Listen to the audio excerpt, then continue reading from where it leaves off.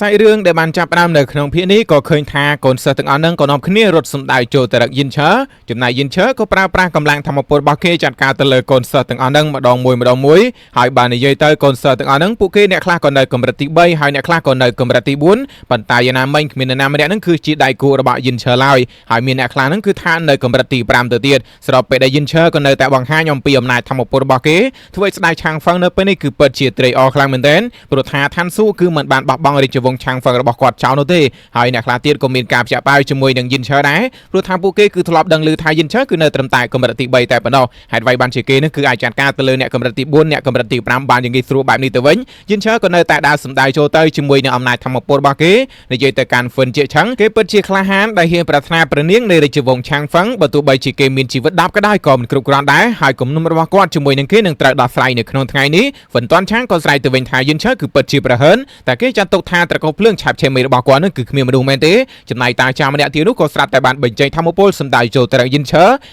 ក៏មិនឲ្យតាចានឹងគឺខកបំណងដែរបញ្ចេញនៅធម្មពលដាក់ភ្លើងមយូរ៉ារបស់គាត់ចាត់ការទៅលើតាចានឹងតែម្ដងទៅរួចហើយក៏ប្រាប់ទៅកាន់ពួកគេថាប្រសិនបើចង់លេងភ្លើងជាមួយនឹងគាត់នោះពួកគេកំពុងតែចង់ស្វែងរកសេចក្តីស្លាប់ហើយគឺដូច្នោះហើយហ្វិនតាន់ឆាងក៏ដឹងថានេះគឺជាអណ្ដាប់ភ្លើងមយូរ៉ាហើយមើលទៅពាក្យចចាម5ដែលបាននិយាយថាយិនឈើគឺមានអណ្ដាប់ភ្លើងមយូរ៉ានោះវាគឺជាការពិតហើយប៉ុន្តែតាចាម្នាក់ទៀតគឺមិនខ្វល់ច្រើននោះទេក៏បានស្រែកទៅកាន់យិនឈើឲ្យប្រគល់ជីវិតមកហើយបន្ទាប់មកក៏បានបញ្ចេញធម្មពលរបស់គាត់បង្កើតបានទៅជាសត្វពស់មួយហើយក៏ធ្វើការវិប្រហារទៅលើយិនឈើស្របពេលដែលយិនឈើក៏បានបញ្ចេញនៅបច្ចេកទេសរបស់គាត់ដែលមានឈ្មោះថាកំហឹងលោកម្ចាស់ហើយនៅពេលនេះវិញជាមួយនឹងការស្រែកឡើងយ៉ាងខ្លាំងរបស់គាត់នោះនៅទីបំផុតនោះធម្មពលសត្វពស់របស់តាកញ្ចានឹងក៏ត្រូវបានបំបីចោលខ្ទេចខ្ទីគ្មានសល់ជាមួយនឹងរលឹកធម្មពលនេះក៏បណ្ដាលឲ្យតាចានឹងគឺត្រូវប៉ើងថយក្រោយដែរប៉ុន្តែយ៉ាងណាក្ដីគាត់គឺនៅតែមិនចោះចាញ់បញ្ចេញនៅអាវុធមួយចេញមកហើយក៏ធ្វើការប្រយុទ្ធជាមួយនឹងយិនឈើបន្តទៀតបន្ទាប់ពីធ្វើការប្រយុទ្ធគ្នាផុងផាំងចុះឡើងហើយតាចានឹងក៏ស្រាប់តែបានបញ្ចេញនៅស្នៀតមួយទៀតរបស់គាត់ធ្វើការវាយប្រហារទៅលើយិនឈើដោយវាគឺមានឈ្មោះថាក្រញ៉ាំដៃឈាមយិនឈើឃើញឱកាសល្អចូលមកដល់បែបនេះ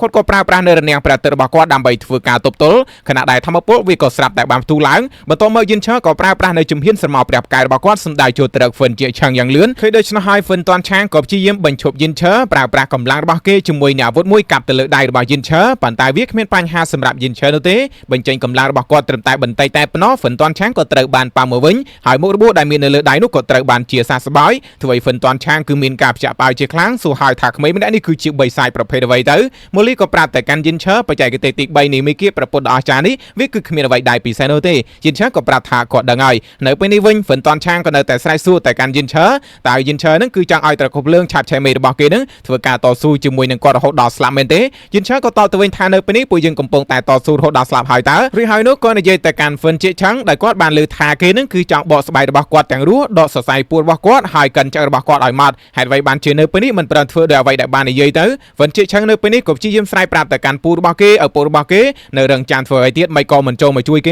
េដោយសារតែខ្លួនគេនៅពេលនេះគឺថាទ្រាំលែងបានហើយដូច្នោះហើយអ្នកគ្រប់គ្នាក៏ស្រាប់តែនាំគ្នារត់សម្ដៅចូលមកយិនឈើនៅពេលនេះក៏ប្រើប្រាស់គេនឹងគឺថាដើម្បីជាការគំរាមទៅកាន់អ្នកគ្រប់គ្នាតែម្ដងគឺដូច្នោះហើយម្នាក់គឺថាមិនហ៊ានទៅមុខទៀតនោះទេហើយដោយសារតែមិនដឹងថាគូតែធ្វើអ្វីបន្តទៀតនោះហ្វិនតាន់ឆាងក៏បានស្រែកទៅកាន់ស្ដេចឆាងហ្វឹងតែគាត់គឺពិតជាពេញចិត្តជាមួយនឹងទង្វើដ៏ថោកទាបដែលយិនឈើកំពុងតែធ្វើនេះមែនទេប្រសិនបើដូច្នោះតើរាជវង្សឆាងហ្វឹងនឹងធ្វើការបកស្រាយបែបណាចំពោះត្រកូលភ្លើងឆាបឆេមេរបស់គេលើដូច្នោះហើយលោកម្ចាស់ឈិនក៏បានឆ្លើយតបជំនួសប្រាប់ថាព្រះអង្គនឹងគឺមានព្រះសុខភាពមិនសូវច្រឡំនោះទេដូច្នោះហើយគឺមិនអាចធ្វើការឆ្លើយតបបានឡើយពួកគេវិញក៏មានការខឹងសម្បាដែរតាចាម្នាក់ក៏នៅតែស្រែកទៅកាន់យិនឈើប្រសិនបើគេគឺហ៊ានតែប៉ះអ្នកប្រតូចរបស់គាត់ត្រឹមតែមួយសរសៃសក់នោះគាត់នឹងធ្វើយិនឈើនឹងគឺស្លាប់ដោយគ្មានដីកប់យិនឈើក៏តបទៅវិញថាអញ្ចឹងមែនទេតាចានឹងក៏ប្រាប់ថាគាត់និយាយមកណាគឺធ្វើមកនឹងប្រសិនបើយិនឈើមិនជឿទេគឺអាចសាកមើលបានចំណែកយិនឈើវិញក៏មិនចង់ឲ្យចាញ់ចិត្តតាចានឹងដែរគាត់ក៏បានចាត់ការទៅលើហ្វិនជាឆឹងហើយនៅពេលនេះគឺថាមិនត្រឹមតែមួយសរសៃសក់របស់គេនោះទេគឺថាមួយក្តាប់តែម្ដងត្រូវបានយិនឈើនឹងគឺកាត់បាត់ទៅហើយ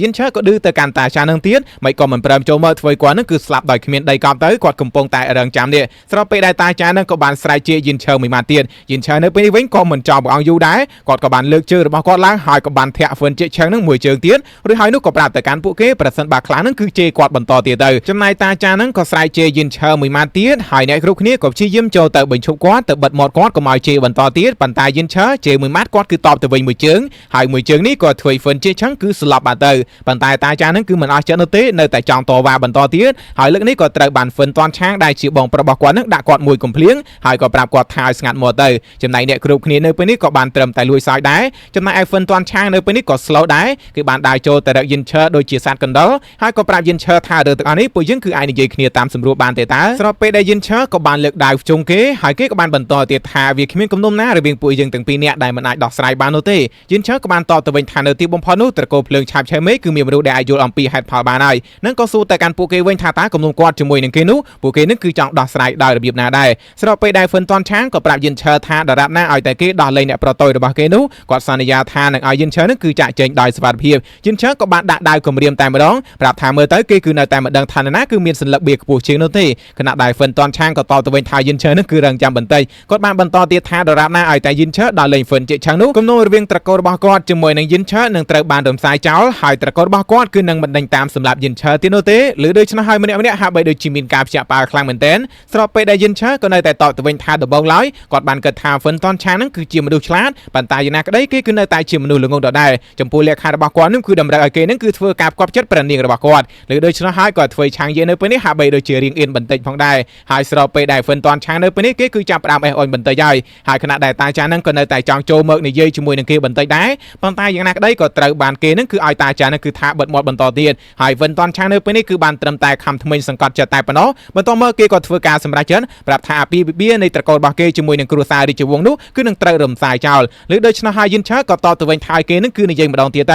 ៅដោយសារតែយ៉ាងណាមិញគាត់គឺស្ដាប់មិនច្បាស់នោះទេចំណែកហ្វិនតនឆាងក៏បាននិយាយនៅប្រយោគដដែលនេះម្ដងទៀតជាមួយនឹងសំឡេងដែលបាននិយាយខ្លាំងហើយក៏ធ្វើអ្នកគ្រប់គ្នានឹងគឺស្ដាប់ឮយ៉ាងច្បាស់ដែរយិនឈើក៏និយាយថាបើអញ្ចឹងគឺពិតជាល្អប៉ុន្តែតាចាម្នាក់នេះគឺពិតជាគួររំខានខ្លាំងមែនទែនដូច្នោះហើយក៏ឲ្យគេនឹងគឺចាក់ចែងឲ្យផុតអំពីមុខរបស់គាត់ទៅតាចានឹងវិញក៏ចង់តវ៉ាដែរប៉ុន្តែក៏ត្រូវបានហ្វិនតនឆាងបញ្ឈប់គាត់ហើយក៏ប្រាប់គាត់ថាដឹកនាំមនុស្សនឹងគឺចាក់ចែងទៅដូច្នោះហើយតាចានឹងក៏នាំគ្នារបស់គេធ្វើដំណើរចាក់ចែងទៅស្របពេលដែលហ្វិនតនឆាងគេក៏នៅតែដើរចូលទៅរកយិនឈើប៉ុន្តែយិនឈើក៏បាក់ដៃឲ្យគេនឹងគឺចេញទៅវិញប្រាប់ហើយថាខ្លួនគេនឹងក៏ត្រូវតែចាក់ចែងដែរបន្ទាប់មកគាត់ក៏បានហួចបន្តិចនោះសត្វដែលគាត់បានជិះមកនោះវាក៏ស្រាប់តែធ្វើដំណើរមកទីនេះហើយយិនឈើក៏ប្រាប់ថាសត្វកង្កែបមួយក្បាលនេះដែលជាហ្វិនជាឆាងនោះគាត់គឺជាអ្នកបញ្ជូនគេចេញដោយផ្ទាល់បន្ទាប់មកគាត់ក៏បានជន់ជើងទៅលើដីបន្តិចរួចហើយនោះក៏បានដាក់ហ្វិនជាឆាងមួយជើងបណ្ដាលគេនឹងក៏បានប៉ាំងទៅលើខ្នងរបស់សត្វហ្នឹងទៅហើយក៏មិនដឹងថាវានឹងនាំហ្វិនជាឆាងទៅដល់ទីណានោះទេចំណែកយិនឈើក៏នៅតែឌឺដោយសារតែនេះគឺមិនត្រឹមតែជាការដើរចេញនោះទេគឺជាការរមៀលខ្លួនចេញតែម្ដងហើយខណៈដែលហ្វិនតនឆាងគេក៏នៅតែខំថ្មិញសង្កត់ចិត្តដែរ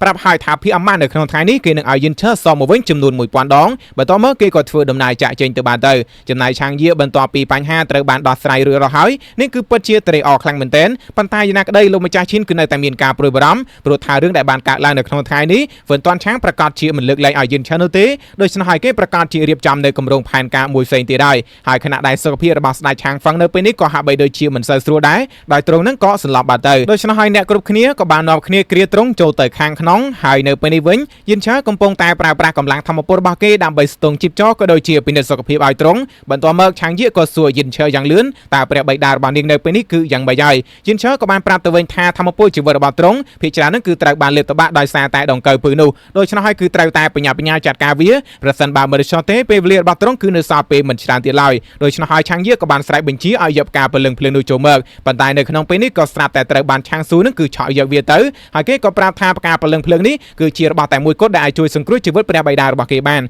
ដូច្នោះហើយបងស្រីរបស់គេមិនគួរណាធ្វើឲ្យអ្នកប្រុសតូចនៃតកូលភ្លើងឆាបឆេមេឃនឹងគឺថាមានការអន់សពុនចិត្តនោះទេប៉ុន្តែប្រសិនបើនាងផ្លាស់ប្ដូរចិត្តនៅពេលនេះវាគឺនៅតែនៅតាន់ពេលវេលាយិនឈើនៅពេលនេះក៏ប្រើប្រាស់ជំហានស្រមោលព្រះផ្កាយរបស់គាត់ហើយក៏អាចដណ្ដើមយករបស់នេះចូលមកក្នុងដៃរបស់គាត់បានយ៉ាងលឿនបន្ទាប់មកក៏ចាប់ផ្ដើមបើកវាមើលលោកម្ចាស់ឈិនក៏នៅតែប្រាប់គាត់ថានៅពេលនេះគឺគ្មានពេលទៀតនោះទេដូច្នោះហើយក៏ឲ្យយិនឈើនឹងគឺចាប់ផ្ដើមធ្វើការព្យាបាលឲ្យព្រះអង្គទៅខណៈដែលឆាងយាក៏សួរថាតើវាមានអ្វីមួយដែលខុសប្រក្រតីអំពីផ្កានេះមែនទេយិនឈើនៅពេលនេះក៏ក្តាប់កណ្ដាប់ដៃរបស់គាត់បន្តិចហើយក៏ធ្វើការបំផ្លាញនៅផ្កានេះចោលតែម្ដងទៅដូច្នោះហើយឆាងស៊ូក៏បានស្ដីបន្ទោសឲ្យគាត់ដែលគាត់គឺពិតជាហ៊ានបំផ្លាញនៅកំណត់ត្រដ៏អស្ចារ្យនៃត្រកូលភ្លើងឆាបឆេមេឃហើយក៏បង្កបញ្ហាជាមួយនឹងពួកគេទៀតដូច្នោះយិនឈើកំពុងតែអស់ទាញគ្រួសាររាជវង្សរបស់គេនឹងឲ្យធ្លាក់ចូលទៅក្នុងរណ្ដៅហើយចំណែកយិនឈើក៏ប្រាប់ថារបស់ពួកសត្វកង្កែបនោះគឺសិតតែនៅក្រោមបាតជើងរបស់គាត់ដូច្នោះហើយគឺមិនចាំបាច់ប្រើប្រាស់នោះទេប្រាប់តែកាន់ឆាងយាថាមិនចាំបាច់ព្រួយបារម្ភឡើយដោយសារតែគាត់គឺមានវិធីរបស់គាត់ហើយនៅពេលនេះវិញយិនឈើក៏បានបន្តប្រើប្រាស់ធម្មពលអាចកំបាំងដ៏ជ្រាលជ្រៅរបស់គេដើម្បីធ្វើការព្យាបាលជំងឺឲ្យព្រះអង្គ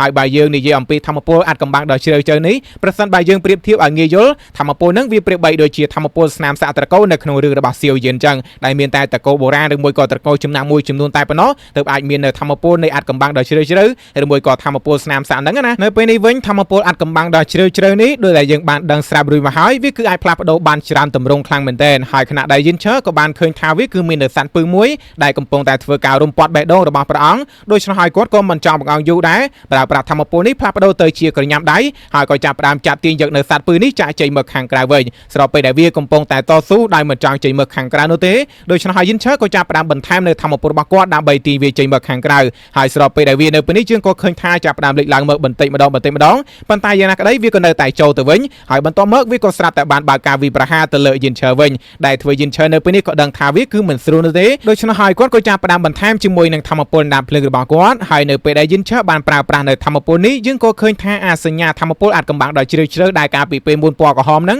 នៅពេលនេះវាក៏ស្រាប់តែផ្លាស់ប្ដូរទៅជាពណ៌លឿងហើយក៏ធ្វើយិនឈើគឺមានការភ្ញាក់ផ្អើលនិងក៏ដឹងថាធម្មពលនេះវាគឺមានការប្រែប្រួលបន្ទាប់ពីសរសៃឈាមរបស់គាត់នឹងគឺមានការវិវត្តហើយធម្មពលរបស់គាត់វិញក៏បង្កើតបានទៅជាសត្វឥន្ទ្រីមួយហើយវាក៏ធ្វើការប្រមាញ់ទៅលើសត្វដង្កូវពឹសមួយនឹងទៅនៅទីបំផុតនោះវាក៏បានបង្ខំចិត្តចេញមកខាងក្រៅហើយក៏ត្រូវបានយិនឈើនឹងគឺចាប់ជាប់ស្របពេលដែលស្ដេចឆាងហ្វឹងក៏សួរឲ្យថាទ្រង់នៅពេលនេះគឺកំពុងតែដេកយល់សប្តិមែនទេព្រោះថាទ្រង់នៅពេលនេះគឺមានអារម្មណ៍ថាពិតជាស្រួលខ្លួនខ្លាំងមែនទែនឆាងយៈក៏ប្រាប់ថានេះមិនមែនជាសុបិននោះទេដែលវាគឺជាការពិតចំណែកយិនឈើវិញក៏បានកាន់ដង្កូវពឹសនៅក្នុងដៃហើយក៏ដើរសំដៅចូលទៅរកឆាងស៊ូគេក៏បានស្រែកទៅកាន់យិនឈើតែយិនឈើនឹងកំពុងតែចង់ធ្វើអ្វីហើយគេក៏ព្រមានប្រាប់ទៅកាន់យិនឈើកុំចង់ធ្វើអ្វីផ្ដេសផ្ដាសឲ្យសោះដោយសារតែគេនឹងគឺជាព្រះម្ចាស់ទី3នៃរាជវង្សឆាងហ្វឹងនេះស្របពេលដែលយិនឈើក៏តបទៅវិញថាគេនឹងដឹងថាខ្លួនឯងគឺជាព្រះម្ចាស់ទី3ដែរប៉ុន្តែគេបែរជាខົບខិតគ្នាជាមួយនឹងអ្នកខាងក្រៅស្របពេលដែលព្រះបិតារបស់ខ្លួនឯងនឹងកំពុងតែឈឺយ៉ាងធ្ងន់ធ្ងរគឺដើម្បីតែផលប្រយោជន៍ខ្លួនឯងតែប៉ុណ្ណោះដូច្នេះហើយនៅក្នុងថ្ងៃនេះវិញគាត់នឹងឲ្យគេនឹងគឺភ្លុករសជាតិនៃការឈឺចាប់នៅពេលដែលដង្កូវពឹសនឹងចាប់ផ្ដើមស្រូបយកនៅកម្លាំងជីវិតរបស់គេហើយចំណែកអ្នកគ្រប់គ្នាវិញគ្មាននរណាម្នាក់នឹងគឺហ៊ានក្អកជាមួយនឹងយិនឈើនោះទេគេក៏បានអង្វរទៅកាន់យិនឈើវិញម្ដងថាគេនឹងគឺមិនស្គាល់ភ្នំថៃសាននៅពេលនេះគេគឺដឹងខ្លួនខុសហើយ